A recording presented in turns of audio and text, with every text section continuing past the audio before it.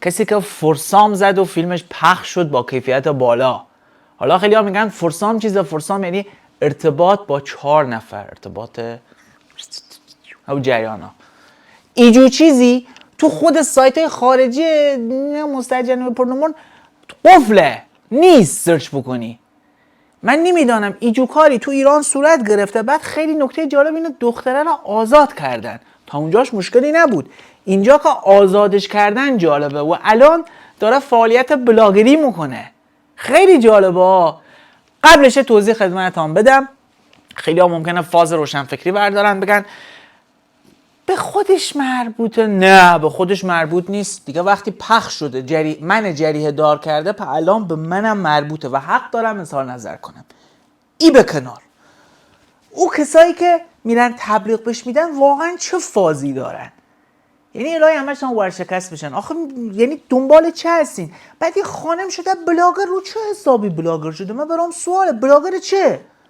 بلاگر کاری که کردی؟ همه اینا به کنار، من برام سواله چجور این آزاد کردن؟ قبلا یادمه بره یه اتفاق کوچولو یارو خوداشو در می آوردن، مثلا آزادش نمی کرد. این چجوریه که تو کشور اسلامی، جمهوری اسلامی، که یارو چپ میچوسه میگیرنش، یکی که فرسام رفته فیلمش پخش شده قیافش همه چی معلومه با رضایت خودش میده، آزادش کردن. میگه اون موقع مجرد بودیم.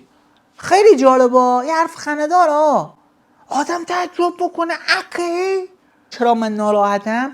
چون اذهان عمومی جریحه دار شده، من ناراحت کرده. الان یه بچه کوچیکی ببینه بگه فرسام اینه، نگاه رفت انجام داد، آزادش هم کردن، زورش نمیدن. قهرمان براش ساخته میشه از این کار.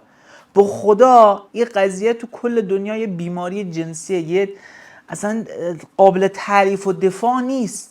آدم پشماش میریزه، علنی میاد معرفی میکنه ویتیو آمدم اینجا چشام اینجا چجور. بگو شما مثلا اینو چجور دعوت خود زنگ بزنید یه بلاگره که مثلا به 4 نفر چیز کرده بود، اونو دعوت بکنین بیاد هنرمنده. خوش آمدی چه فیلم زیبایی اتفاقا دیدم. یعنی چه آقا با جمعی بکن. بعد من تکلیف اون 4 تا پسر بدبخت نمیدانم الان اونا وضعیتشان چیه بیچارا. میخوام بگم یه چیزایی درست نیست. اگه قانون بره همه اجرا بکنید. چرا اینجوری باید بشه؟ میگم اذهان عمومی من جریحه دار شده.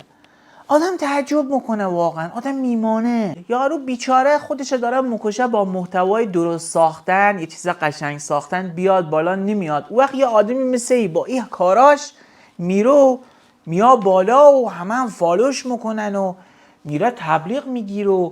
این یعنی چه؟ یعنی بعضی از مردم متاسفانه حوالن دنبال چیز آشغالن، دنبال این چیزان. بگو تو بری چی اینو فالو کردی؟ مثلا چه چیزی میخوای حمایت بکنی؟ با چه عقل و منطقی؟ من اینو نمیفهمم. در نهایت ایشالله به جوری باشه که کشور ما از این اتفاقات عجیب غریب نبینه. واقعا نمیفهمم چرا اینجا یه اتفاقات داره میفته. یه چیزایی میبینی که مثلا نمیفهمی چرا اینجوریه. به امید روزای بهتر. سابسکرایب فراموش نشه، لایک هم بذارین تنگش. خیلی مخلصم، زنگوله هم بزنین.